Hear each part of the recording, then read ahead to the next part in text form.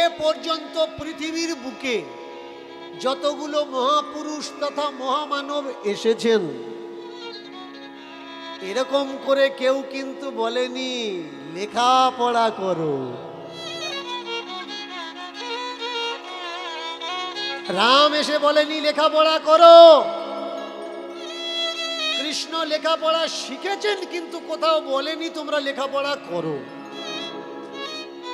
অবতার বরাহ, কুর্ম, মৎস্য, রাম, পরশুরাম, যত অবতার আছে কেউ কিন্তু তার ভক্তদের, তার প্রজাদের বলেনি লেখাপড়া করো, লেখাপড়া শেখো, সবাই সমান। শুধু কিছু মানুষ, আর কিছু মানুষের ভিতরেই এক মানুষ। তার জন্যই আজকের আমরা এক জায়গায় হয়েছি। যদি আপনি মনে করেন মতুয়া একটা ধর্ম, আবার বলছি শুনুন, তাহলে কিন্তু মাথার চুল বড় করে সারা জীবন মাতান দিতেই থাকবেন।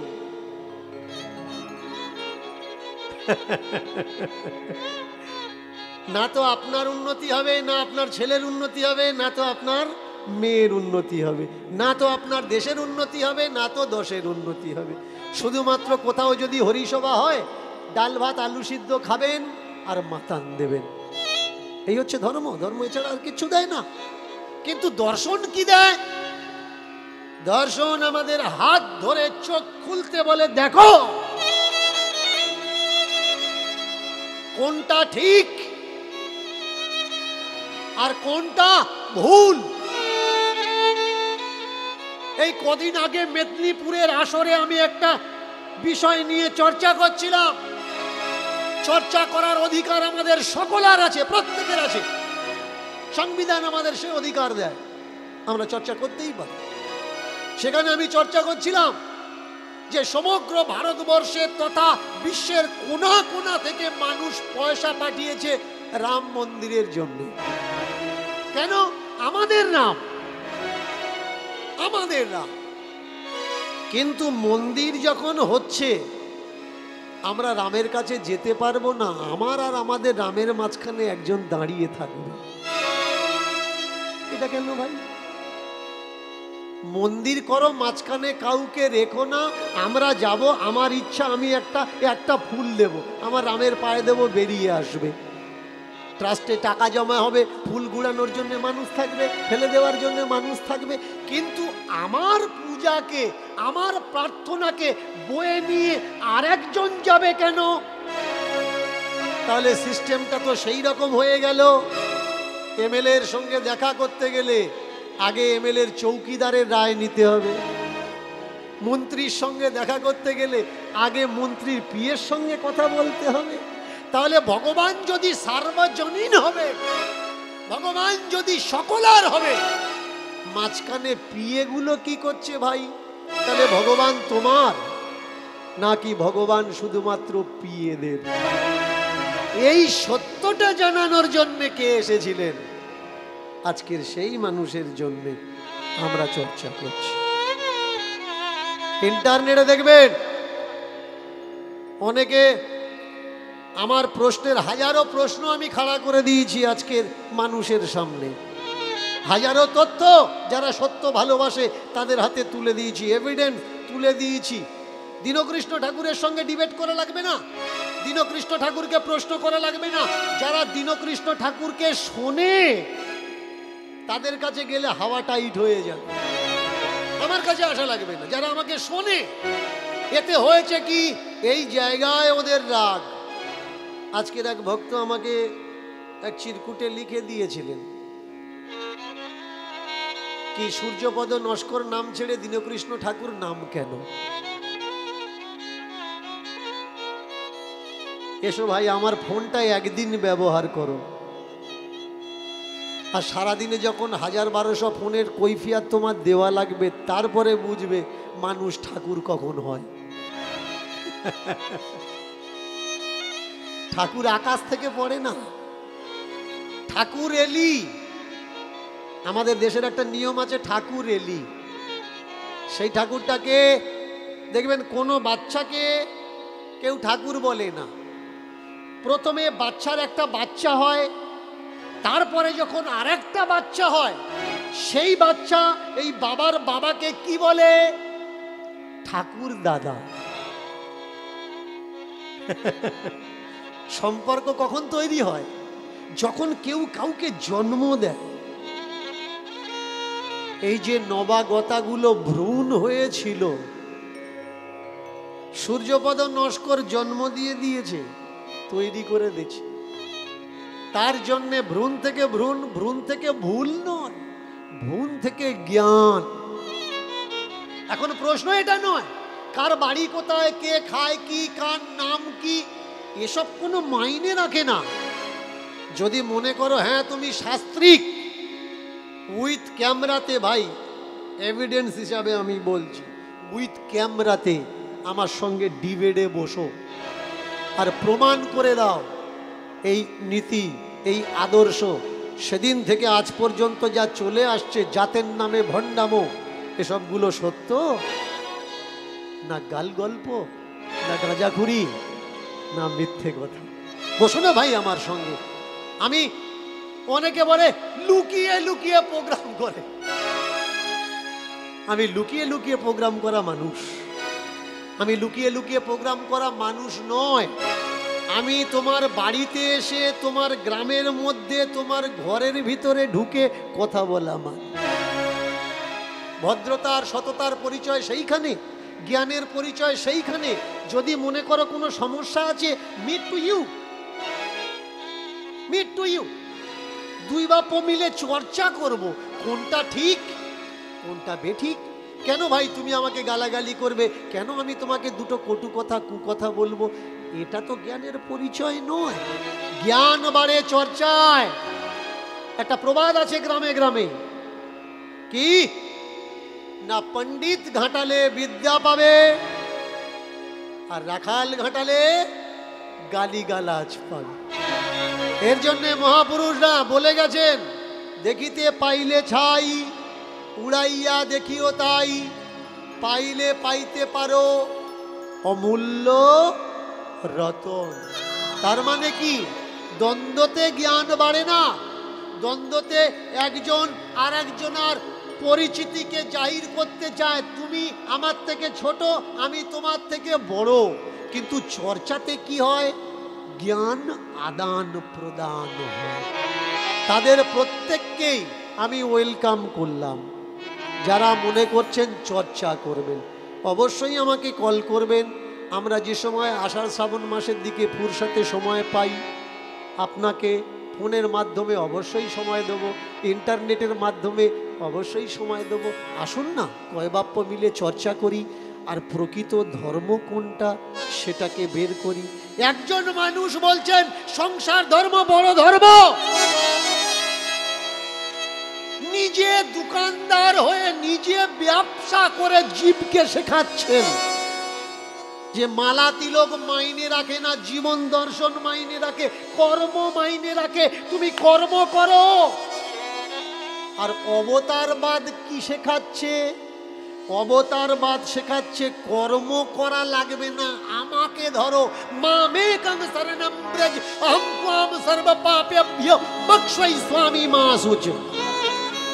আমি তোমার মুক্তি দেব, তুমি শুধুমাত্র আমাকে ধরো।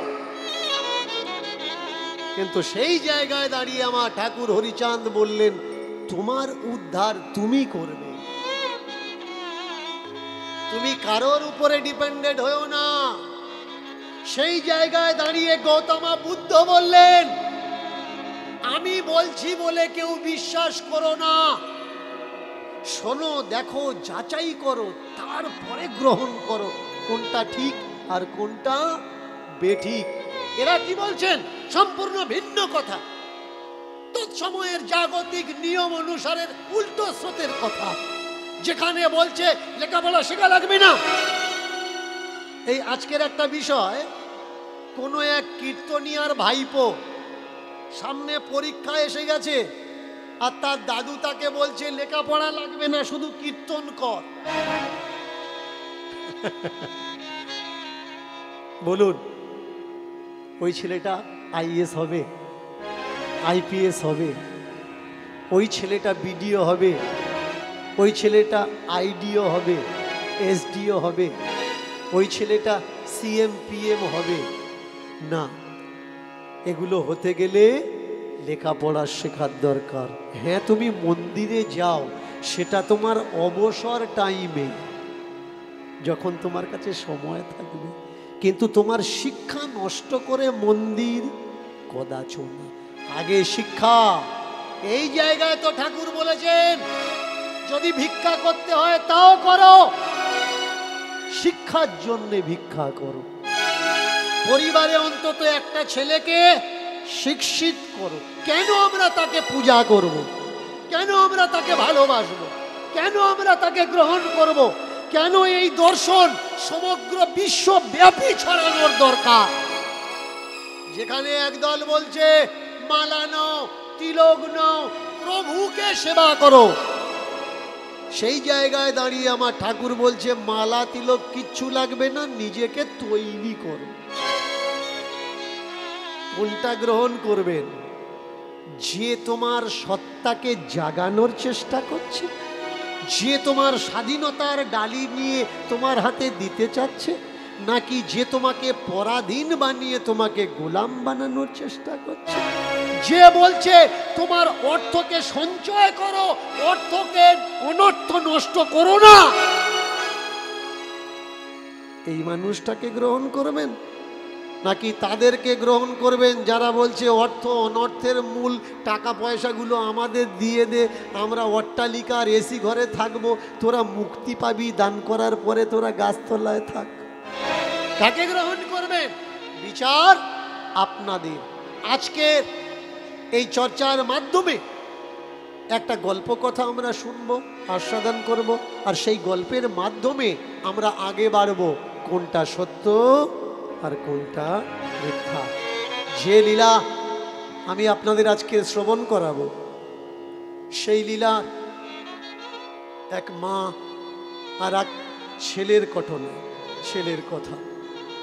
মায়ের নাম বেশি দূরের কথা না, এই নৈমিষারণ, লখনৌ থেকে কাছাকাছি, যেখানে এই সব ধর্মগ্রন্থের রচনা করা হয়েছে, দাবি করা হয় ধর্মগ্রন্থের মত অনুসারে। মায়ের নাম কি? মায়ের নাম হচ্ছে সুরুচি। ভালো করে মন দিয়ে শুনবেন, মায়ের নাম কি? মায়ের নাম হচ্ছে সুরুচি। আর ছেলের নাম কি? ছেলের নাম হচ্ছে ধর্ম।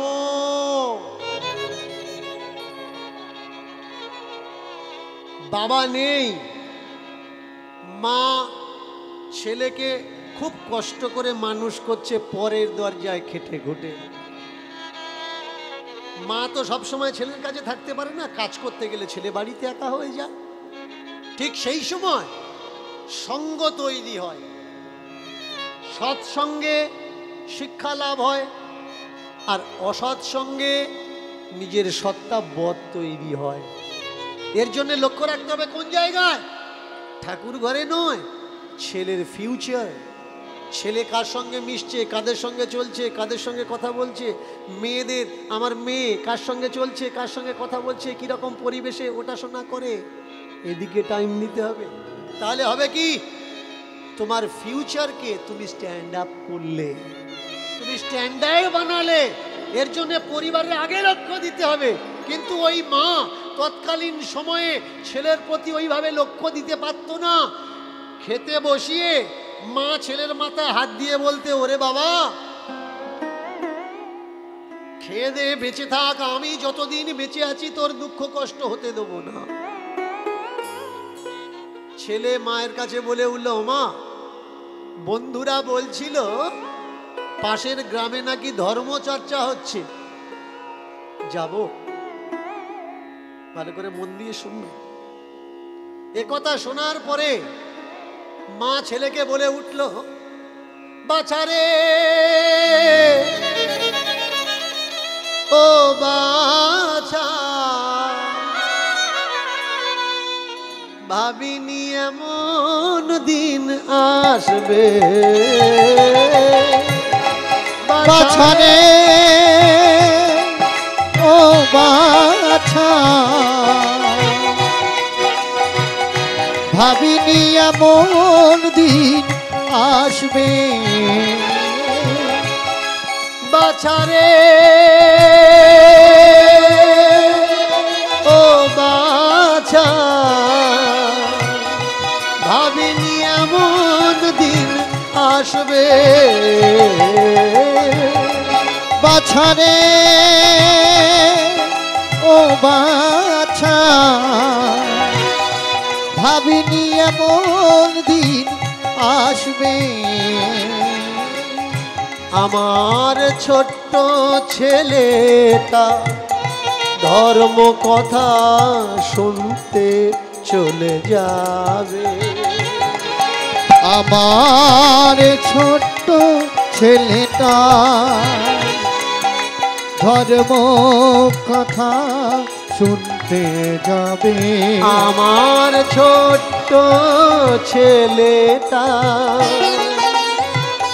ধর্ম কথা শুনতে যাবে বাছারে ও বাছা ভাবিনি এমন দিন আসবে এ বাছারে ও বাছা ভাবিনি এমন দিন আসবে বাছারে ও বাছা ভাবিনি এমন দিন আসবে ধর্মক্ষেত্র পবিত্র ক্ষেত্র সেখানে আমার ছেলে যাবে যাবে যাবে বাছারে ও বাছা ভাবিনি এমন দিন আসবে বাছারে ওরে বাছা ভাবিনি এমন দিন আসবে আরো কৃপা করুক প্রভুজি আরো করুণা করুক ঠাকুর শুনেছি নাকি যদি কোনো বংশে একজন বৈষ্ণবের জন্ম হয় পিতৃকুল সাতকুল মাতৃকুল সাতকুল তার নাকি উদ্ধার হয়ে যায় তোর এই ভাব দেখে তোর এই ভক্তি হৃদয়ে গুপ্ত প্রেম দেখে আমার তো মনে হয় বাছা তুই পরম বৈষ্ণব ধন্য আমি যে তোকে গর্ভে ধারণ করেছি ধন্য সে তোর পিতা এই পৃথিবীতে যেকে তোকে এনেছে কৃপা করুক সেই না যেন তুই বৈষ্ণবের বৈষ্ণব যেন তোর মতো আরো লক্ষ লক্ষ সন্তান ঘরে ঘরে বিষ্ণু ভক্ত জন্মায় এই প্রার্থনা করি এই বিনতি করি যেন প্রভু তোকে রক্ষা করে বাছারে ওরে বাছা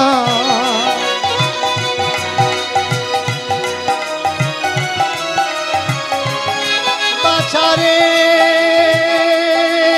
ও বাছা ভাবিনি এমন দিন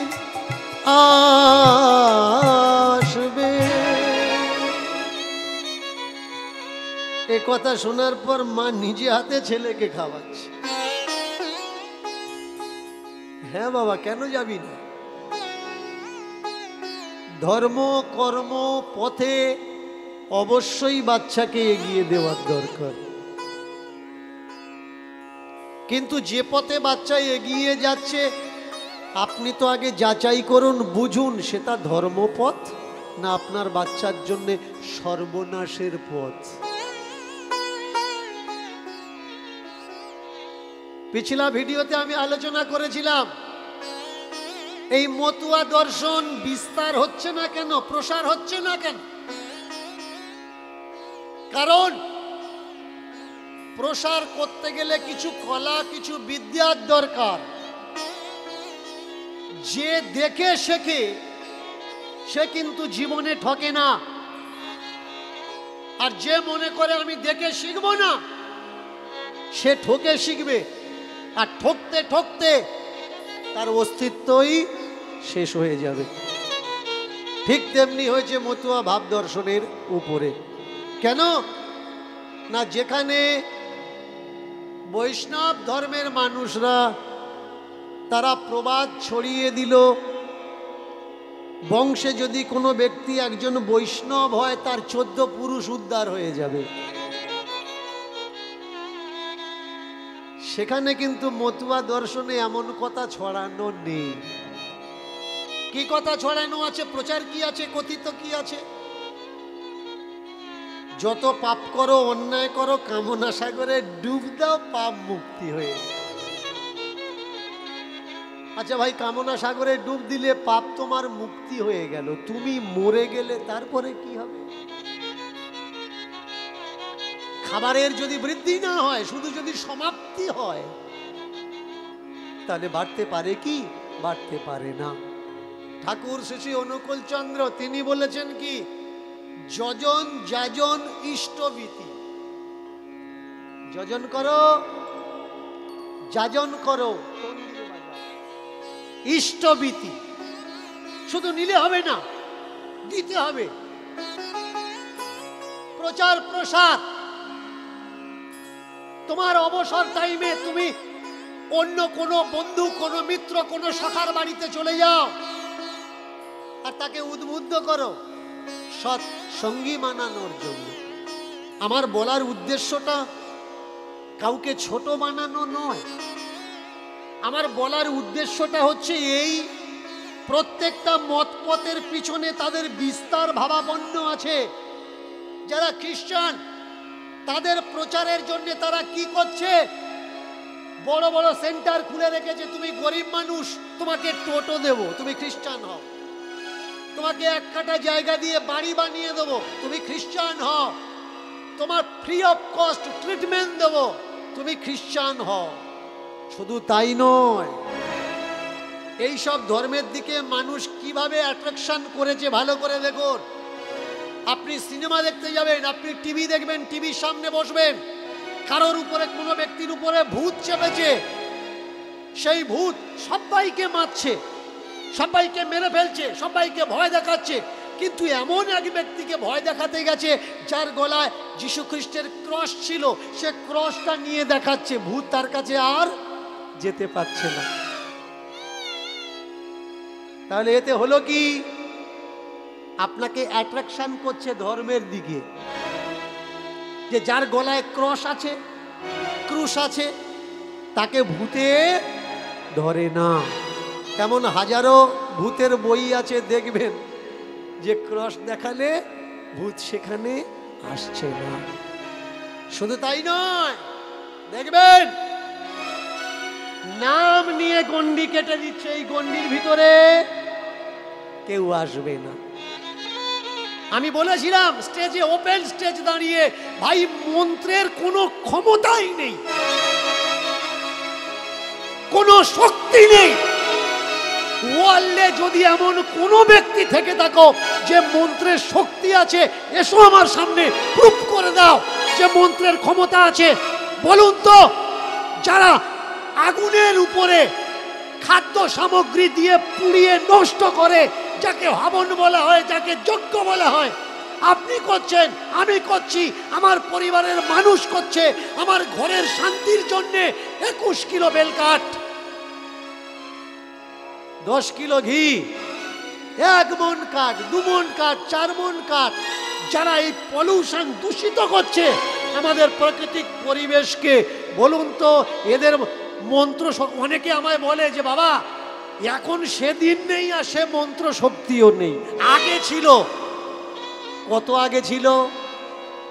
চলে যাই, চলুন আমরা ৭৬-এর মন্বন্তরের সময়, অনেক বছর পিছিয়ে যাই। যখন আমাদের দেশে দুর্ভিক্ষ এলো, খাওয়ার জন্য কিচ্ছু ছিল না, পাতা খেয়েছে, ঘাস খেয়েছে, জল খেয়েছে, মানুষ ছোট্ট ছোট্ট নুড়ি পাথর খেয়ে বেঁচেছিল, অনেকে মরা মানুষ খেয়েছে। ভাই তখন তোমাদের যজ্ঞ হোম মন্ত্র শক্তি কোথায় ছিল? কোথায় ছিল সেই সব দেবতাগুলো যাদের নাম নিলে মানুষ তাদের রক্ষা করে? সেই সময় ওই অনাহারের সময়, ওই দুর্ভিক্ষের সময় কেউ কি ডাকেনি সেই সব দেবতাকে? কেউ কি বলেনি মা লক্ষ্মী তুমি এক মুঠো ভাত দাও? আবার কবে শিখবেন ভাই? দর্শন আমাদের কি শেখায়? দর্শন আমাদের দেখা শেখায়। দেখো, যারা বলছে অর্থ অনর্থের মূল, অর্থের কোনো প্রয়োজন নেই, আপনি খালি হাতে মন্দিরে ঢুকবেন, প্রণামী না দিলে ঢুকতে দেবে না, তাহলে অর্থের প্রয়োজন আছে কিনা?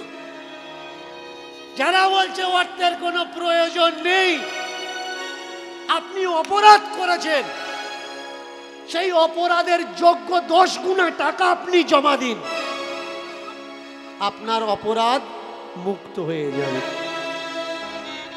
যারা জঙ্গলে গিয়ে কালো হরিণ মারল, তারা বেকসুর খালাস পেয়ে ঘুরছে। কেন? টাকা আছে বলে।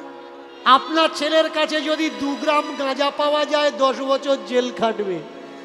আর যাদের ছেলেরা ড্রাগস নিয়ে পার্টি করছিল জাহাজের উপরে, তারা ধরা পড়লো, অথচ বেকসুর খালাস হয়ে গেল। কেন? টাকা আছে বলে। আপনি কাঠগড়াতে হাঁটতে হাঁটতে পাঁচ চামড়া মরে যাবে কেন? আপনার কাছে প্রয়োজনের অর্থ আপনি রাখেননি, তাই। এর জন্যে প্রয়োজন অর্থ দরকার, এত অর্থ ইনকাম করুন। যদি কোনোদিন আপনার গ্রামে অভাব আসে, আপনার অর্থ দ্বারা যেন আপনি আপনার গ্রামকে বাঁচাতে পারেন। অর্থের বড় প্রয়োজন, আর এই অর্থ কামাতে গেলে সহজ পন্থা, শিক্ষিত হন, লেখাপড়া করুন। ঠাকুর কত বড় দার্শনিক দেখুন, তিনি বলেছেন আমাদের এই জাতি অজ্ঞান জাতি, সহজ সরল জাতি। এই জাতিকে এগিয়ে নিয়ে যেতে গেলে গায়ের বল বা হ্যাকাতি দরকার না, শিক্ষার আলো দরকার, চেতনা দরকার।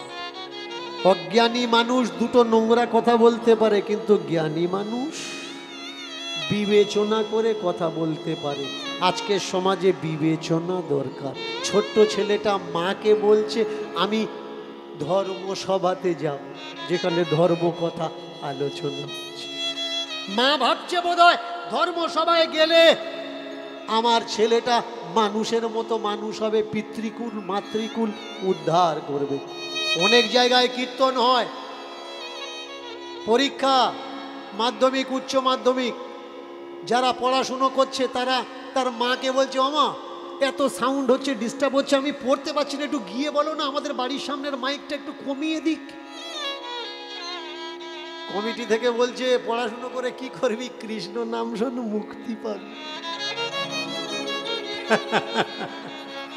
লক্ষ্য রাখতে হবে কোনটা আগে দরকার, ধর্ম দরকার না ধোয়া মোহ দরকার, এটা আগে বুঝতে হবে। ছোট্ট ছেলেটা বলছে মা আমি যাব। বন্দুকের গুলি, মুখের বুলি আর ছোট্ট বাচ্চার ফিউচার যদি একবার বের করে দেন, ও আর ফিরবে না। এর জন্য ভাবনা চিন্তা করে মুখের বুলিকে বের করে লাগবে।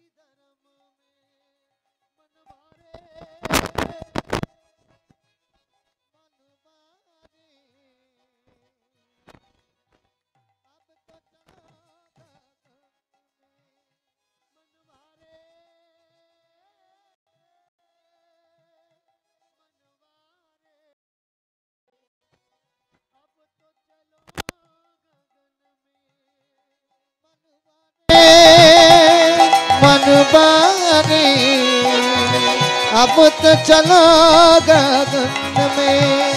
হাসিতে খুশিতে চলে তারা যায়, ঘন ঘন মুখে তারা হরিনাম গায়। হাসিতে খুশিতে চলে তারা যায়, ঘন ঘন মুখে তারা হরিনাম গায়। হাসিতে খুশিতে চলে তারা যায়, ঘন ঘন মুখে হরিনাম গায়। হাসিতে খুশিতে চলে তারা যায়, ঘন ঘন মুখে তারা হরিনাম গায়। মনবারে ওরে মনবারে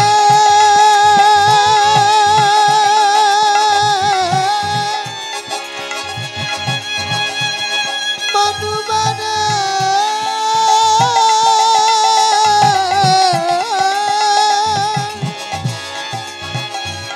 মনবারে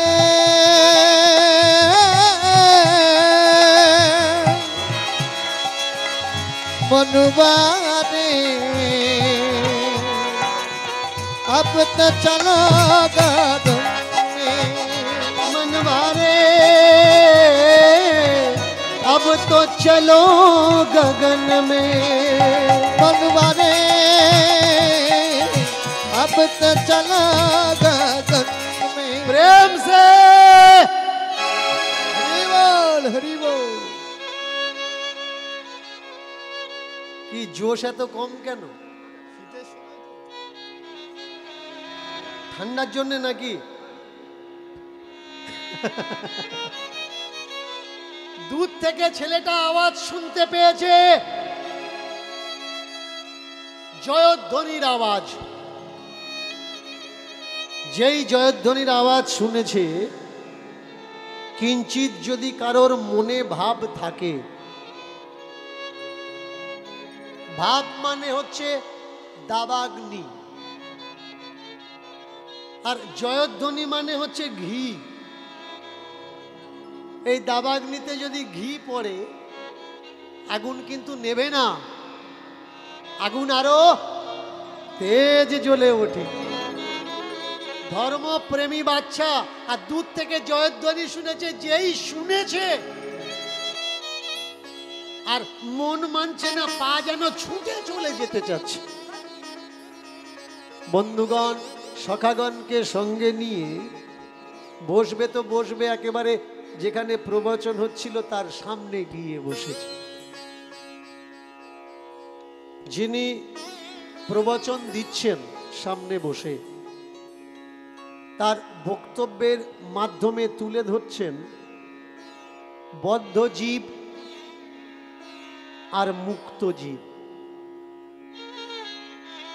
নোট করবেন জায়গাটা, পয়েন্টটা ভালো করে খেয়াল করবেন। বদ্ধ জীব আর মুক্ত জীব। জীব কয় প্রকার? জীব হচ্ছে 4 প্রকার। বদ্ধ জীব, নিত্য জীব, মুমুক্ষ জীব আর মুক্ত জীব। বদ্ধ জীব কারা? যারা সংসার ছাড়া কিচ্ছু জানে না, কাজকর্ম করা, সংসার করা, আনন্দ করা, খাওয়া দাওয়া করা, ঘুমানো, এরা হচ্ছে বদ্ধ জীব। মুক্ত জীব কারা? যারা সংসার দিয়ে কোনো ভাব রাখে না, রইল ঝোলা চলল ভোলা। তার মানে সাধারণের ভাষায় দায়িত্বহীন, অকর্মণ্য, অকৃতজ্ঞ। কিন্তু ধার্মিকের ভাষায় তারা মুক্ত, আর সংসারিকের ভাষায় তারা বদ্ধ জীব। আগে বোঝা লাগবে বদ্ধকে আর মুক্তকে। খুব সুন্দর করে বিশ্লেষণ করছেন, আরো বোঝাচ্ছেন।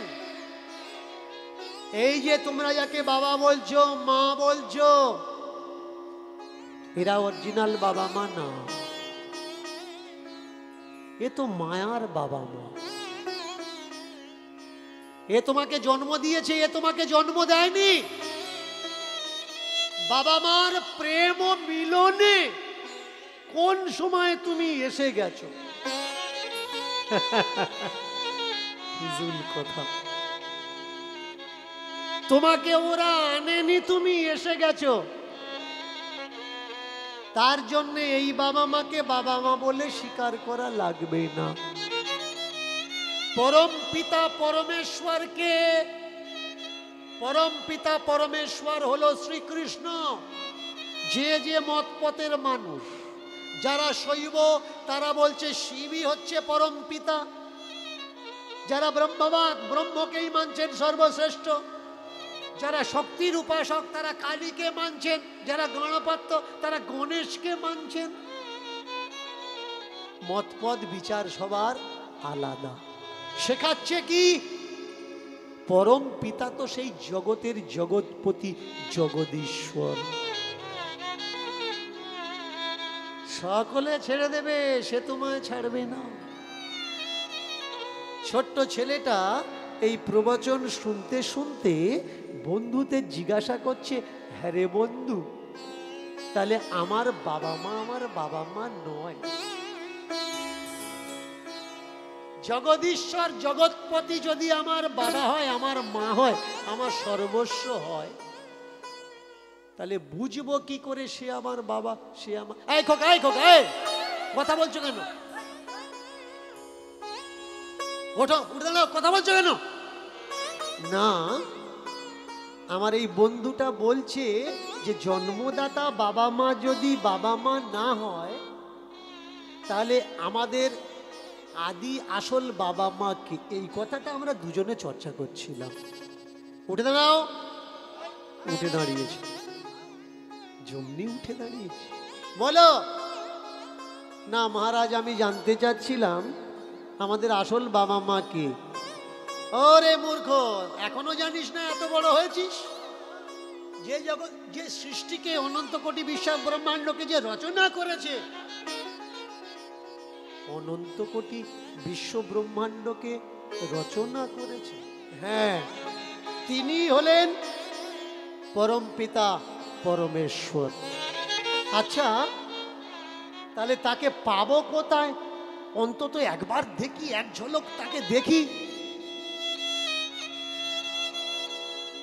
এইবার পাঠকজি বলে উঠলেন, বাড়িতে বসে তাকে দেখা যায় না, মূর্খ কোথাকার। তাকে দেখতে গেলে ঘর ছাড়া লাগে, জঙ্গলে জঙ্গলে বনে বনে ঘোরা লাগে, ঠান্ডার সময় হিমালয়ে, গরমের সময় আগুন জ্বালিয়ে তপস্যা করা লাগে, তবে সেই পরম পিতাকে উপলব্ধি করা যায়, দর্শন পাওয়া যায়, না হলে পাওয়া যায় না। একটু নক করবেন। এই সকল কথাগুলো যারা বলছে, ঘর ছাড়লে তবে তাকে পাবে, হিমালয়ে তপস্যা করলে তবে তাকে পাবে, জঙ্গলে তপস্যা করলে তবে তাকে পাবে, জলে বর্ষায় ভিজে তপস্যা করো তবে তাকে পাবে, এই ভিতরে শতকরা হিসাব নিয়ে দেখবেন 99.9% মানুষ কেউ কিন্তু ঘর ছাড়ানি, গদি নিয়ে বসে আছে, অট্টালিকার ভিতরে বসে আছে, এসি ঘরে বসে বসে আছে, আর তারাই বলছে ঘর ছাড়ো তবে তুমি ভগবান পাবে। আর ওই যে 99.9 এর পরে যে 1% মানুষ আছে আমাদের সমাজের, সেই সব বোকাগুলো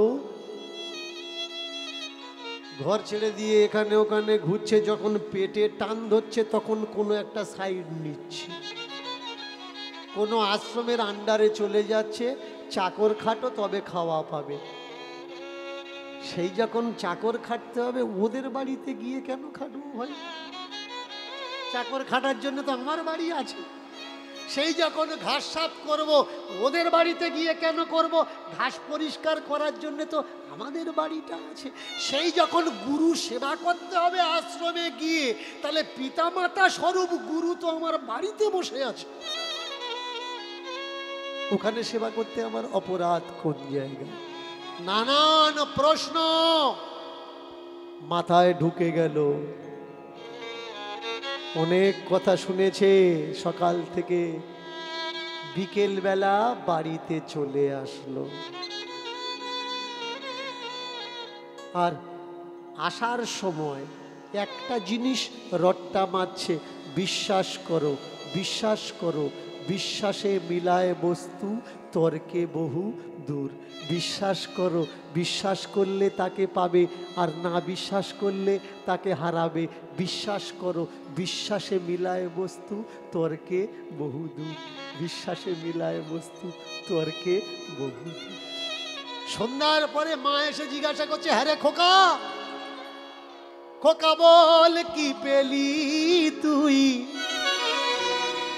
গিয়ে ধর্মাসনে? খোকা বল কি পেলি তুই গিয়ে ধর্মাসনে? খোকা বল কি পেলি তুই গিয়ে ধর্মাসনে? খোকা বল তুই গিয়ে ধর্মাসনে? খোকা বল বল তুই গিয়ে ধর্মাসনে? বিশ্বাসে মিলায় বস্তু, তর্কে বহুদূর। বিশ্বাসে মিলায় বস্তু, তর্কে বহুদূর। বিশ্বাসে মিলায় বস্তু, তর্কে বহুদূর। বিশ্বাসে মিলাই বস্তু, তর্কে বহুদূর। এই মন্ত্র পেয়েছি মা গিয়ে ধর্মসুর।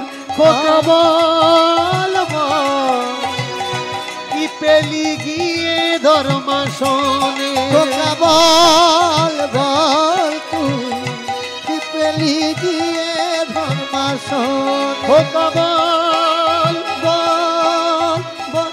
এই খোকা, ধর্ম কথা শুনতে গেলি কি পেলি? ধর্ম কথা শুনতে গিয়ে জানতে পারলাম, বিশ্বাসে মিলায় বস্তু, তর্কে বহু দূর।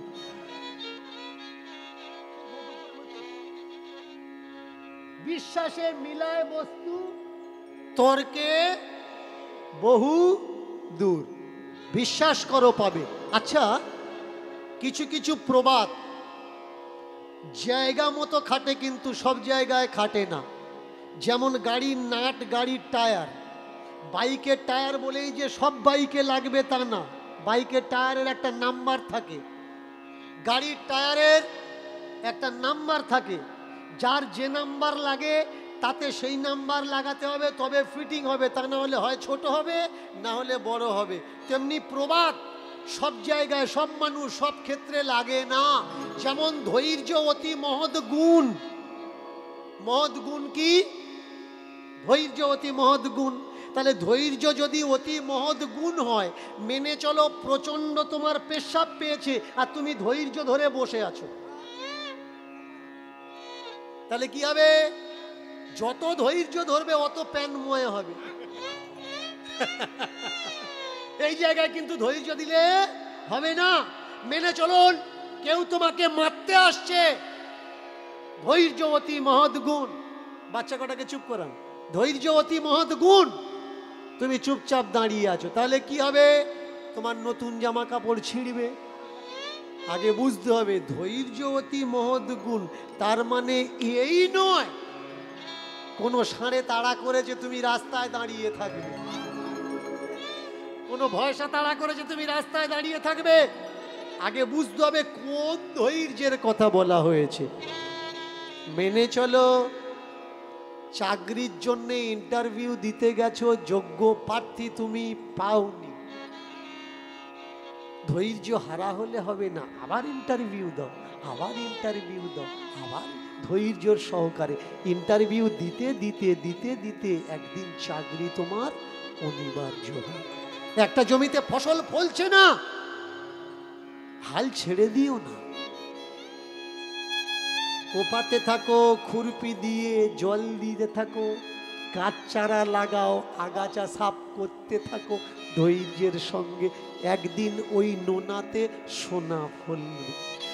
এই প্রবাদ সব জায়গায় খাটে না। ছেলেটাকে মা জিজ্ঞাসা করছে, ও মা, ও বাবা, ধর্ম পথ পথ শুনতে গিয়ে কি শিখলি? বললে বিশ্বাস করো তাকে পাবে। বিশ্বাসে মেলায় বস্তু, তর্কে বহুদূর। আপনাকে কি শিখিয়ে দেওয়া হলো? তর্ক করো না।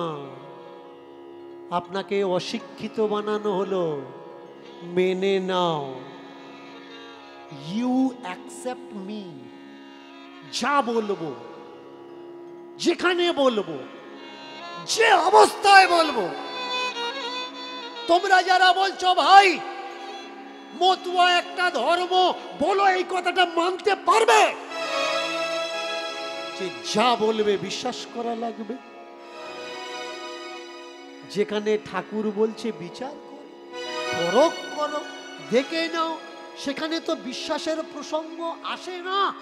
আগে বুঝতে হবে তোমার সত্তা হারিয়ে কিছু পাওয়া যায় না ভাই।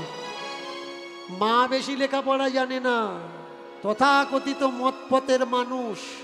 মা বললে যখন গুরুরা বলেছে নিশ্চয়ই বিশ্বাস করলে তাহলে পাবে। এইবার খাওয়া দাওয়া হয়ে গেছে, ছেলে অনেক জ্ঞান সংগ্রহ করে বাড়ি এসেছে। এক বিছানাতে মেঝের উপরে মা ছেলে দুজনে শুয়ে, মা ছেলেকে বুকের মধ্যে ধরেছে। ওরে বাবরে, তুই কত জ্ঞান অর্জন করেছিস। এবার মাকে ঠুকছে, ও মা, মা তুমি নাকি আমার আসল মা নও। ও মা, বাবা নাকি আমার আসল বাবা নয়, আর একজন নাকি আমার আসল বাবা আছে, তার নাম জগৎপতি। বলুন, কোনো বড় দাদার সামনে ছোট ভাই দাঁড়িয়ে যদি প্রশ্ন করে, দাদা শুনছিলাম তুমি নাকি আমার দাদা নও, বুকে কেমন চোট লাগবে? কোনো বাবার সামনে দাঁড়িয়ে কোনো ছেলে যদি প্রশ্ন করে, বাবা শুনছিলাম তুমি নাকি আমার বাবা নও।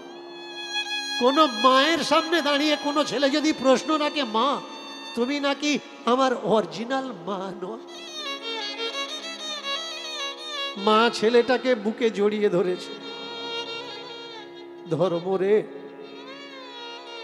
আমি জানি না আমি তোর সত্যি সত্যি মা কিনা।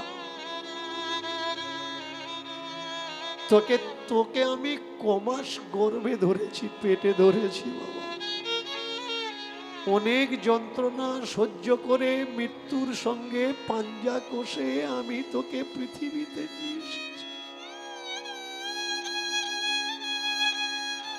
যখন তুই প্রস্রাব করতিস ভিজে কাপড়ে আমি ঘুমাতাম, আঁচলটা পাল্টে শুকনোটা তোর দিকে দিতাম। আমার খাবার ছিল না, আমি না খেয়ে জল খেয়ে বেঁচেছি, কিন্তু আমার বুকের অমৃত ধার আমি তোর মুখে তুলে দিয়েছি। তারপরেও বাছা আমি জানি না আমি তোর আসল মা কি। সংসারে বড় অভাব ছিল। তোর বাবা আমাকে বলতো আমি এক মুঠো কম খাই, তুমি বেশি খাও এক মুঠো, কারণ তোমার বুকে দুধ না হলে বাচ্চাটা বাঁচবে কি করে। আমি জানি না ওই বাবাটা অরিজিনাল বাবা কিনা। তুই বলতো বাছা, আমি যদি অরিজিনাল না হই, আসল না হই, তোর বাবা যদি আসল না হয়, তাহলে সত্যি সত্যি বাবা কোনটা? মাগো, শুনেছি কানে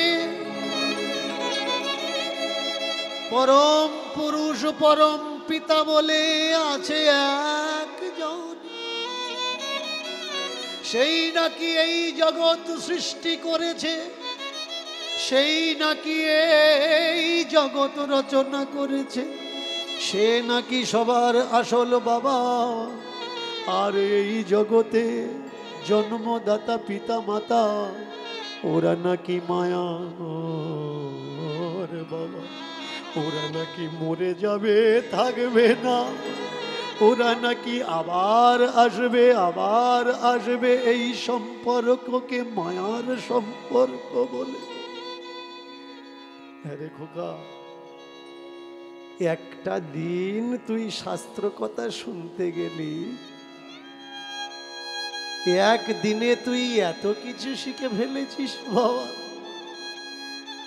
ধর্ম কথা শুনতে গিয়ে ধর্ম জ্ঞান অর্জন করে বাবা মাকে পর করে দিলি বাবা মা। এখন বুঝতে পারছি তোকে ধর্ম কথা শুনতে পাঠানোটাই আমার ভুল হয়েছে। ভাবিয়া করিও কাজ, করিয়া ভাবিও না। আমাদের মতুয়া সমাজের ভিতরে খুব গুণী লেখক একজন, তিনি তার ফেসবুক আইডিতে আমাকে নিয়ে লিখেছেন যে দীনকৃষ্ণ ঠাকুরের হাতে লাল সুতো আর কিছু দেখলাম, এগুলো বলতে পারবেন ওগুলো কি? দেখেছেন আমাদের সমাজের লেখকের অবস্থা, দশা কি? যে কথাগুলো আমি বললাম সেই কথার উপরে সে নক করলো না, বা সেই কথা মানুষের কাছে পৌঁছে দিল না। মানুষের কাছে পৌঁছে দিচ্ছে কি? দীনকৃষ্ণ ঠাকুরের হাতে কি। বাড়বে ভাই এ দর্শন। এ দর্শন যাদের বাড়ানোর দায়িত্ব ছিল, যারা বাড়াচ্ছে তাদের হাতে কি আছে, পায়ে কি আছে, মাথায় কি আছে, গায়ে কি আছে, সেই দিকে লক্ষ্য করছে এরা। এদের লক্ষ্যটা ধর্ম বাড়া দিয়ে নয়, দর্শন বাড়া দিয়ে নয়, সমাজের শান্তি রক্ষা নিয়ে নয়। কিভাবে না বাড়ানো যায়, শুধুমাত্র নিজের গদিতে বসে নিজের গদি বিস্তার প্রসার করা যায়, এই এদের চিন্তা ভাবনা। আমরা আমাদের ছেলে মেয়েদের পাঠিয়ে দিচ্ছি কোথায়? গুরুমুখী পন্থায়। গুরু করো, গুরু না থাকলে তোমার মুক্তি হবে না, গুরু না থাকলে তোমার মুক্তি হবে না। এই গুরু পরম্পরা প্রথা শিখদের ভিতরে শিখ গুরু তুলে দিয়েছেন। শিখ গুরু লাস্ট গুরু হয়েছে, এরপরে আর কোনো গুরু নেই। একটাই নাম বলা হয়, সত শ্রী অকাল, বায় গুরুজি কি খালসা। একটাই গুরু, এরপরে গুরু আসনে কেউ বসেনি, কারণ তিনি দেখেছিলেন গুরু আসনটা বড় ভয়ঙ্কর, আর এই আসনে যদি জোচ্চর বসে তাহলে তো সমাজের অবস্থা থাকবে না। যাদের নিজেদের তেল কেনার পয়সা নেই তাদের পায়ে দেখবেন মানুষ তেল দিতে দিতে পা চকচকে করে ফেলেছে। কেন না? তারা আজকের গুরুর আসনে বসেছে। যাদের এক সময় খাওয়া হতো না, খোঁজ নিয়ে দেখবেন তারা দামি ফরচুনারে ঘুরে বেড়াচ্ছে, সুমোতে ঘুরে বেড়াচ্ছে, স্করপিওতে ঘুরে বেড়াচ্ছে। কেন না? তারা গুরু আসনে বসেছে। এই গুরু পরম্পরা, গুরু প্রথা বড় ভয়ঙ্কর। গুরু অবশ্যই করার দরকার। তাকে গুরু করুন যে আপনার থেকে বেশি জানে। জীবনে তাকে গুরু কোনো সময় করবেন না যার থেকে আপনি বেশি জানেন, কারণ যে আপনার থেকে বেশি জানে তাকে যদি গুরু করেছেন আপনি অনেক কিছু জানতে পারবেন, আর তার থেকে যদি আপনি বেশি জানেন তাকে যদি গুরু করেন তাহলে আপনি যা জানেন অতটুকু ভুলে যাবেন। কোনো চর্চা, কোনো জ্ঞান লেনদেন হবে না। মা বলছে আমার ভুল হয়েছে, আমার ভুল হয়েছে, আমার ভুল হয়েছে, বড় ভুল করেছি, তোকে ধর্মস্থানে পাঠিয়ে আমার উচিত হয়নি। কিন্তু বাচ্চাকে যদি একবার রাস্তা দেখিয়ে দেওয়া হয় আর সেই রাস্তাটা যদি খারাপ হয়, ওই বাচ্চাকে আপনি আর ফেরাতে পারবেন না।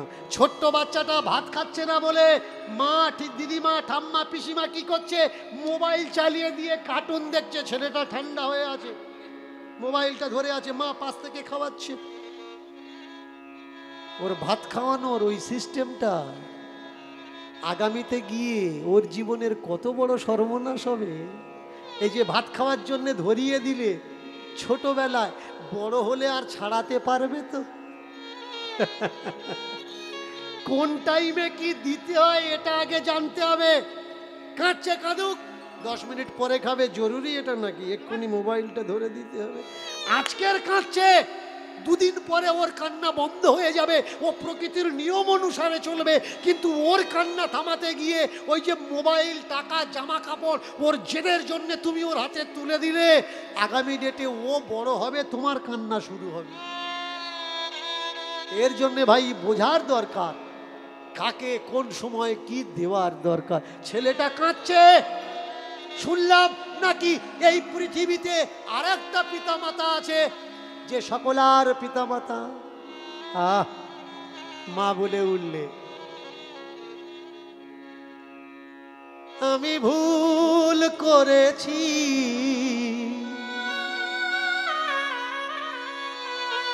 তোকে পাঠিয়ে, আমি ভুল করেছি তোকে পাঠিয়ে, আমি ভুল করেছি তোকে পাঠিয়ে, আমি ভুল করেছি তোকে পাঠিয়ে, আমি ভুল করেছি তোকে পাঠিয়ে।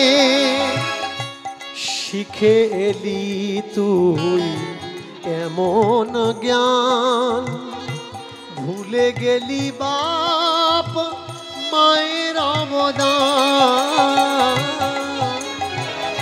ভুলে গেলি বাপ মায়ের অবদান। তুই শিখে এলি সব এমন জ্ঞান, ভুলে গেলি বাপ মায়ের অবদান। এখন তোর কি দেব ফেলে, আমি ভুল করেছি তোকে পাঠিয়ে, আমি ভুল করেছি, আমি ভুল করেছি, আমি ভুল করেছি, আমি ভুল।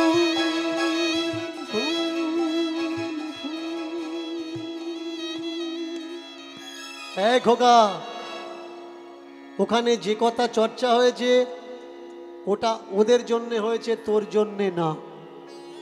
কিন্তু মা, জেনেছি যখন অরিজিনাল বাবা কেউ আছে, আমার একবার দেখার ইচ্ছা, আমি দেখব। যেতে দাও মা, আমাকে বিদায় দাও। সকাল হবে মা, আমি আর থাকবো না, আমি চলে যাব মা, আমি চলে যাব। বলতে পারো মা, এই সংসারে মানুষ জন্মাচ্ছে, মানুষ মরছে, তুমি দেখতে পাচ্ছ না? ওখানে যেসব কথা আলোচনা করা হয়েছে ও তো ঠিক কথাই আলোচনা করা হয়েছে। ওই গুরুদেব তো ভুল কথা বলেনি। আজ তুমি আছো, কাল তুমি থাকবে না। আজ আমি আছি, কাল তুমি থাকবে না, কিন্তু সে তো থাকবে। কে সে? যাকে বলা হয় থার্ড ম্যান, সে থাকবে। কে সে? ভগবান। বলতে পারিস বাবা, ভগবানের বাম্মার নাম কি? মায়েরা যারা দূর দূর থেকে এসেছেন, একটু বলবেন, জোরে বলবেন, ভগবানের বাবা মার নাম কি? একটু জোরে বলুন, ভগবানের বাবার নাম কি, মার নাম কি? ভাস্কর, পটো। কালী ঠাকুর যদি ভগবান হয়, ভগবানকে তৈরি করে কে? ভাস্কর। আর যে তৈরি করে সে তার বাবা মা। যে দুর্গা ঠাকুরকে লাখবার প্রণাম করছেন মা দুর্গা বলে, কুমারটুলিতে কখনো গিয়ে দেখেছেন যেগুলো বিক্রি হয়নি তাদের কেউ প্রণাম করে না? কেন? কারণ ওগুলো এজেন্টদের আন্ডারে আসেনি। যে কটা এজেন্টদের আন্ডারে এসেছে ওই কটা মা। আর এই ভাস্করগুলো এত বুদ্ধিমান, দুর্গা পূজা হলো, দুর্গা ঠাকুর যদি বিক্রি না হয়, দুর্গা ঠাকুর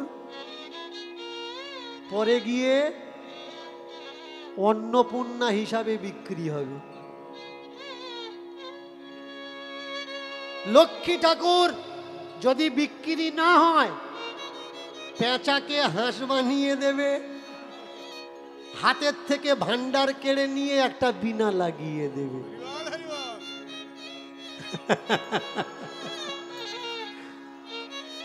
কোন ভগবানের পিছনে ছুটছেন? যে ভগবানকে টাইমে টাইমে এরা চেঞ্জ করে দিচ্ছে। কারোর ভাবাবেগে আঘাত দেওয়ার জন্য আমি কথাগুলো বলছি না।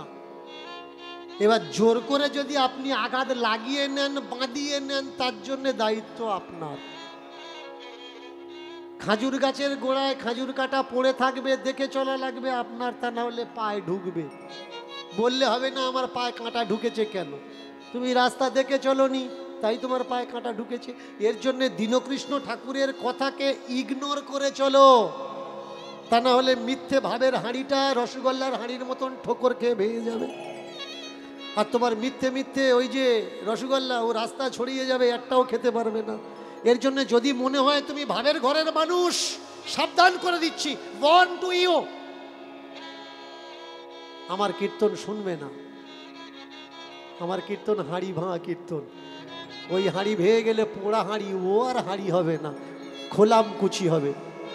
এর জন্যে যারা মনে করো সত্যকে জানবো, শুধুমাত্র তারাই আমার কীর্তন শোনো, না হলে কীর্তন শুনবে না। চমৎকার কথা দেখুন, যারা বলছে মরার পরে এই হবে, মরার পরে ওই হবে, মরার পরে তাই হবে, এরা কিন্তু মরেনি, এরা সব বেঁচে আছে। তাহলে যদি বেঁচে থাকলো, এরা বুঝছে কি করে মরার পরে কি হবে? কারণ এরা জানে ও মরবে তবে আমার বিজনেসটা চলবে। অনেক ওষুধ, কবিরাজ, তাবিজ আপনাদের এসআইটা আছে কিনা জানি না। কিছু কিছু গুণিনের জ্বালায় তো ট্রেনে ওঠার কল নেই। আপনি ট্রেনে উঠেই ওপরের দিকে চেয়ে দেখবেন লেখা আছে 5 মিনিটে বসি করো। মেনে চলুন আপনার অন্যজনের বইয়ের সঙ্গে লাইন আছে, অন্য কারোর বইয়ের সঙ্গে লাইন আছে, আর সে বলেছে তোমার দাদা কেসটা ধরতে পেরেছে, তুমি আমার সঙ্গে আর কথা বলো না।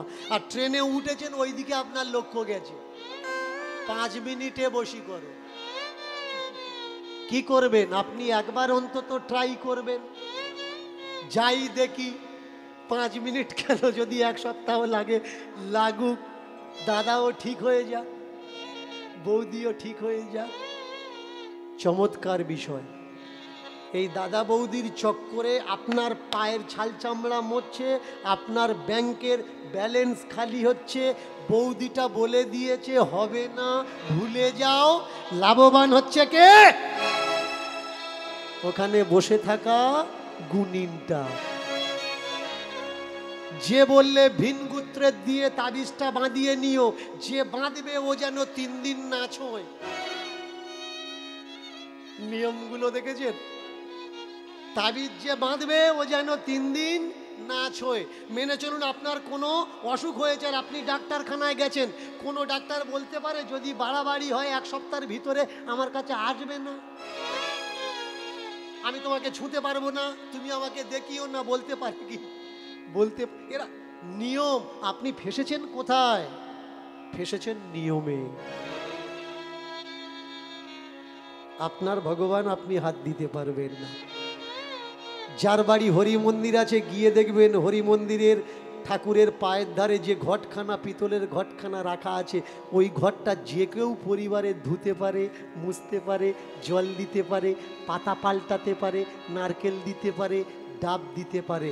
কিন্তু আপনার গ্রামের অন্য মন্দিরে চলে যাবেন, কোনো আশ্রমে চলে যাবেন, মন্দিরের ঘট ছোঁয়া তো দূরের কথা, মন্দিরে ঢোকার অধিকার আপনার নেই। কেন এই দর্শন বিশ্বময় ছড়ানোর দরকার?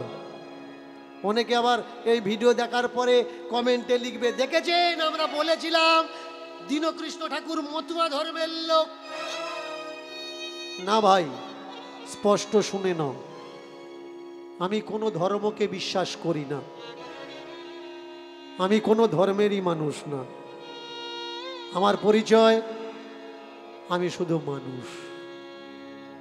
আমার কর্ম, যারা নিজের আইডেন্টিটি হারিয়ে ঘুরছে, এর তার সিম্বল লাগিয়ে তাদেরকে জাগিয়ে দেওয়া যে আমি মানুষ, তুমিও মানুষ। তোমার আইডেন্টিটি তুমি অ্যাজ এ হিউম্যান। তুমি কোনো ভক্ত নও, তুমি কারোর গোলাম নও। তাহলে এখানে প্রশ্ন জাগে, যে দীনকৃষ্ণ ঠাকুর মালার বিরোধ করছে সে গলায় মালা পরছে কেন? যে দীনকৃষ্ণ ঠাকুর তিলকের বিরোধ করছে তার কপালে লাল টিকা কেন? কারণ মালা খোলাতে গেলে মালা পরা লাগবে, তিলক মোছাতে গেলে তিলক পরা লাগবে। না হলে আপনি তিলক যার কপালে আছে তার কাছে গিয়ে দাঁড়ালে আপনাকে দাঁড়াতে জায়গা দেবে না। যার গলায় মালা আছে খোলাতে যাবেন, আপনার গলায় যদি মালা না থাকে ও আপনার কাছে দাঁড়াতে দেবে। অনেকে বলে আমরা নাকি নাস্তিক, যারা মানবতা সাম্যবাদকে নিয়ে চলে তারা নাকি নাস্তিক। না ভাই, আমরা কোনো নাস্তিক না। আমাদের একটা আইডেন্টিটি, আমরা সত্যকে সঞ্চয় করছি, আমরা সত্য সন্ধানী। দীনকৃষ্ণ ঠাকুর একা সত্য সন্ধানী না, বিশ্বের সমগ্র বিশ্বের সैकड़ों মানুষ যারা সত্যকে অ্যাকসেপ্ট করে তারা প্রত্যেকেই সত্য সন্ধানী। তাই তাদের আইডেন্টিটি, তারা নাস্তিক না, তারা সত্য সন্ধানী। আমরা শুধুমাত্র মানুষ, আর মনুষ্যত্বই আমাদের গুণবত্তা হওয়ার দরকার, এছাড়া আর কিচ্ছু না। তাকিয়ে দেখুন, গুরু পরম্পরায় ভেসেছে আমাদের এই দুনিয়ায়। গুরুদেব বাড়িতে আসলে যত্ন করতে হয়, গুরু যত্ন করলে তবে নাকি তার স্বর্গে ঠাঁই হয়। গুরু যত্ন করো, গুরু যত্ন করো, তবে তোমার স্বর্গে ঠাঁই হবে। গুরু সেবা করো, তবে তোমার স্বর্গে। বাবা মা ও ভাড়মে যাক, ও বৃদ্ধাশ্রমে যাক, কিন্তু গুরুদেব যেন বাড়ির থেকে বিনা যত্নে না ফিরে যায়। ছেলেটা মাকে বলছে, মা জানার দরকার আছে, দরকার জানতে গেলে গুরুর প্রয়োজন আছে, এর জন্য আমাদের এগিয়ে যেতে হবে। বলতে পারো মা, এই যে আমরা মানুষ মরছি, মানুষ মরে কি করে? আমি কথা শুনতে গেলাম, পাঠ শুনতে গেলাম, সেই পাঠে মৃত্যু চর্চা করছিল। মানুষ যখন এই শরীর থেকে বেরিয়ে যায়, আত্মা, যমদূত দাঁড়িয়ে থাকে, ওই যমদূত টেনে নিয়ে যায় যমলোকে, আর সেখানে গিয়ে বিভিন্ন যন্ত্রণা তাকে, কষ্ট তাকে দেয়, আর সেই কষ্ট সহ্য করতে পারে না, তার জন্যে ব্রাহ্মণদের ডেকে শ্রাদ্ধ করে তার শান্তি দেওয়া লাগে। চমৎকার কোন জায়গায় দেখেছেন? আপনি যদি শাস্ত্র মানেন, গীতা মিথ্যে হয়ে যাবে, আর আপনি যদি গীতা মানেন তাহলে শাস্ত্র পুরাণ মিথ্যা হয়ে যাবে। কিরকম? এটা আমার মুখের কথা না, আপনি পড়ে দেখবেন, তারপরে বুঝতে পারবেন। এরা বলছে মানুষ মরার সময় শরীর থেকে আত্মা বেরিয়ে যায়, আর এই আত্মাকে কে নিতে আসে? যমদূতেরা নিতে আসে। কর্ম অনুসারে ওই আত্মাকে নরকে সাজা প্রাপ্ত হয়। কিন্তু ভগবান শ্রীকৃষ্ণ গীতাতে বলছেন, হে অর্জুন, আত্মা না তো মরে না তো জীবিত হয়, আত্মাকে না তো ধরা যায় না তো কাটা যায় না তো মারা যায় না তো দুঃখ দেওয়া যায় না তো কষ্ট দেওয়া যায় না তো সুখ অনুভূতি আছে। আত্মা খায় না, আত্মা ভয় পায় না, আত্মা জলে ভেজে না, আত্মা রোদ্দুরে শুকায় না। তাহলে যে আত্মা তার কোনো ফিলিংসই নেই, সেই আত্মাকে এরা নরকে সাজা দেয় কি করে? এটাকে বুঝতে হবে। এই নরক কনসেপ্ট এলো কোথার থেকে? নরক কনসেপ্ট এসছে গরুড় পুরাণ, বলে নেবেন গরুড় পুরাণ। প্রথমে কোন কনসেপ্ট ছিল? কনসেপ্ট ছিল উর্বশী, অপ্সরা, মেনকা, রম্ভা, তিলোত্তমা। আপনি আপনার বাবার শ্রাদ্ধ করবেন, আপনার বাবা স্বর্গে চলে যাবে, স্বর্গের পতিতাগুলো আপনার বাবার চতুর্দিকে সেবা যত্ন করবে। নাও নাও, কাঁচের গ্লাসে করে সুরা নিয়ে আসবে। সুরা, সুরা মানে কি? আপনার বাবা বুড়ো হয়ে গেছে, কষ্ট পাচ্ছে, আর সে কোনো পাঠ শুনেছে, বাবা পরাচিত্তির করে দিলে আমি স্বর্গে যাব। আপনার বাবা মরে যাবে এই নিয়ে আপনার বাবার দুঃখ নেই, আপনার বাবা চিন্তা করছে মরার পরে গ্লাস পাবো তো। চতুর্দিকে 20, 25, 18, 16 ঘুরবে তো। এই কি শাস্ত্র গ্রন্থ? এগুলো আমার মুখের কথা না, পড়ে দেখবেন। যে মহাভারতের কথা আমার এক ভাই আলোচনা করছিলেন, এই মহাভারতে অর্জুন যখন স্বর্গে গেছিলেন, স্বর্গে যাওয়ার পরে ইন্দ্রের যিনি পতিতা তিনি এসছিলেন অর্জুনের রূপ দেখে অর্জুনকে পাওয়ার জন্যে। জিজ্ঞাসা করলেন তুমি কে? বলে উঠলেন আমি ইন্দ্রের পতিতা। বললে ইন্দ্রের পতিতা যদি হও তাহলে ইন্দ্র আমার পিতা, তুমি তাহলে আমার মাতা। বললে এখানে বাপ মায়ের কোনো সম্পর্ক নেই, ছেলে মেয়ের কোনো সম্পর্ক নেই। আপনি পূজা পাঠ করে ধ্যান তপস্যা করে সেই স্বর্গে যেতে চাচ্ছেন যে স্বর্গে ছেলে মেয়ে বাপ মায়ের কোনো সম্পর্কই। কবে বুঝবে ভাই? Relation is religion. রিলেশন আছে তাই রিলিজন আছে, রিলেশন যদি না থাকতো রিলেশন থাকতো না। আগে বুঝতে হবে সম্পর্ক আছে তাই ধর্ম আছে, তাই মাজাব আছে, তাই জাতি আছে। যদি সম্পর্ক না থাকতো সেই দেশে মানুষ কখনো যেতে চাইবে না। যে দেশে মা ছেলেকে রেসপেক্ট করে না, ছেলে মাকে রেসপেক্ট করে। কবে বুঝবেন? এগুলো কি? এগুলো কথা, কথা গ্রন্থ। আর কথা গ্রন্থ মানে কি? কথা গ্রন্থ মানে গল্প গ্রন্থ, অনেক গল্প গ্রন্থ। এগুলো এসেছে কোত্থেকে? যাজক কথা। বৌদ্ধ দর্শনের যাজক কথার থেকে এর জন্ম হয়। ভালো করে মন দিয়ে শুনুন। এই রামায়ণ এর জন্ম কোথার থেকে হয়েছে? যাজক কথার থেকে। মহাভারত এর জন্ম কোথার থেকে হয়েছে? যাজক কথার থেকে। এই মহাভারতের আদি পর্ব পড়ে দেখবেন, মহাভারতের প্রথম নাম কি? প্রথম নাম হচ্ছে জয়, তারপরের নাম ভারত সংহিতা, তারপরের নাম হচ্ছে মহাভারত। এটা কি? মহাভারত কথা। কথা মানে গল্প, গল্প মানে অলিক, অলিক মানে যা কল্পনা চিন্তা ভাবনার থেকেই আসে। আপনি বলতে পারেন ভাই এতদিন মনে করছিলাম ধর্মগ্রন্থ শাস্ত্রগ্রন্থ, তাহলে কথা গ্রন্থ কি করে হলো? দীনকৃষ্ণ ঠাকুর কেন বলছে এগুলো কথা গ্রন্থ? আমি বলছি না, আমি বলছি না এগুলো কথা গ্রন্থ। কে বলছে? গ্রন্থ, এভিডেন্স, প্রমাণ বলছে। আর যদি কখনো মহাভারত দেখেন, দেখবেন মহাভারত নাম দেখানোর সময় একটা গান বাজে, গানটা শুনবেন। সেই গানে গীতটা এমন আছে, অথ শ্রী মহাভারত কথা, অথ শ্রী মহাভারত কথা, कथा है पुरुषास्त्र की परमार्थ की, ये सारथी उसे बने जो कृष्ण सदा पार्थ की।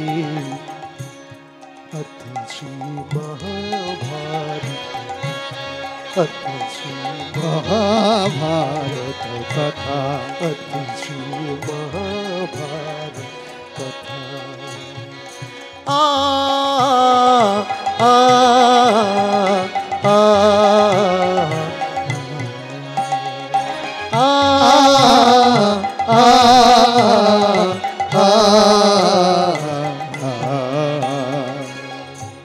এটা কি কথা গ্রন্থ।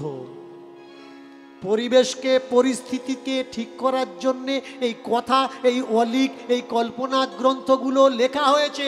তাহলে যদি এগুলো কথা গ্রন্থ হলো, এগুলোর ভিতরে হিংসা আসলো কি করে? বৌদ্ধ দর্শনে হিংসার কথা লেখা নেই। গিয়ে দেখবেন, পড়ে দেখবেন সেই কথা গ্রন্থগুলো, যাজক গ্রন্থগুলো।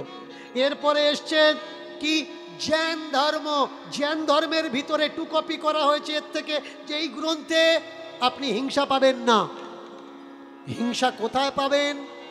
যখন এই গ্রন্থ টু কপি হতে হতে ব্রাহ্মণ্যবাদী মতপথে এসে ঢুকলো, তৈরি হয়ে গেল কি হিংসা। কে বলে তোরটা খাবো না, তোরটা নেবো না, তোর বাড়িতে যাব না, তোর ছোঁয়া নেব না। ছোঁয়াছুতের বিমারি কারা এনেছে আমাদের এই ভারতবর্ষে? আমাদের এই ভারতবর্ষে ছোঁয়াছুতের বিমারি ছিল না। স্টোন ইনস্ক্রিপশন পড়ে দেখবেন, অশোকা, সেখানে একটা চাষিরও সম্মান যা, একটা রাজাধিরাজেরও সম্মান তা। আমাদের ভারতবর্ষে কোনো হিংসা ছিল না। আমাদের ভারতবর্ষে কোনো উঁচু নিচু দাস প্রথা ব্যবধান ছিল না। এনেছে কারা? পড়ে দেখবেন, রাহুল সংকৃত্তায়নের ভলগা থেকে গঙ্গা। পড়ে দেখবেন মহাত্মা গান্ধী, পড়ে দেখবেন রবীন্দ্রনাথ ঠাকুর। এরা কারা? পড়ে দেখবেন আর্য অনার্য। তাহলে বুঝতে পারবেন এই দেশে হিংসা কারা টেনে এনেছে। আমাদেরকে সব থেকে বেশি ঠকানো হচ্ছে কোন জায়গায়? জন্মতে আর মৃত্যুতে। আমরা বুঝতে পারছি না। যেখানে ঠাকুর বলে গেছেন, শুধু শ্রী শ্রী হরিচাঁদ ঠাকুর নয়, গৌরাঙ্গ মহাপ্রভু, নিত্যানন্দ ঠাকুর, এরা বলে গেছেন শ্রাদ্ধ করার দরকার নেই, নাম সংকীর্তন করো, গোসাই নিয়ে মহোৎসব করো, তাহলে মুক্তি হয়ে যাবে। ভাই, তোমার মুক্তি তুমি করতে পারো। পৃথিবীতে এমন কোনো ওষুধ নেই যা তোমার টেনশনকে দূর করতে পারে। তোমার চিন্তাকে তোমার কন্ট্রোল করতে হবে। মন্ত্র দ্বারা যদি ছটফট করা আত্মাকে শান্ত করা যেত, তাহলে যে মানুষটা গম্ভীর চোট পেয়ে বোম হয়ে গেছে, কথা বলছে না, মন্ত্র দ্বারা তাকেও ঠিক করা যেত। মরার পরে ঠিক করবে কেন? বাস্তবে ঠিক করা যেত। যায় না ভাই, যায় না। বোঝা লাগবে। ছোট্ট বাচ্চাটা তার মাকে জিজ্ঞাসা করছে, মা তুমি তো মরবে, আমি তো মরবো, কিন্তু সে মরবে না। মা ছেলেকে বলছে, বলতো খোকা দেখি, কি বলবো? মানুষ কোথা যায়, মানুষ কোথা যায় গো, মানুষ কোথা যায়, মানুষ কোথা যায়, মানুষ কোথা যায় গো, মানুষ কোথা যায়। মরার পরে দেহ ছেড়ে, মরার পরে দেহ ছেড়ে কোন দেশে ঘোরে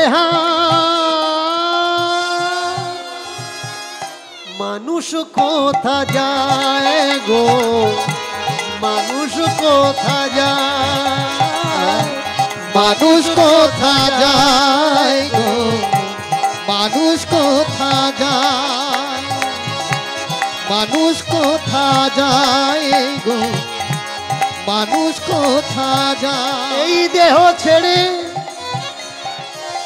কোন সে লোকে, এই দেহ ছেড়ে কোন সে লোকে আসা যাওয়া হয় গো, মানুষ কোথা যায় গো, মানুষ কোথা যায়, মানুষ কোথা যায় গো, মানুষ কোথা যায় ও ভাই মানুষ কোথা যায় গো, মানুষ কোথা যায়, মানুষ কোথা যায় গো, মানুষ কোথা যায় এই লোক থেকে ওই লোকে, এই ভুলোক থেকে গোলোকে, বলো গোলোকটা কোথায় গো,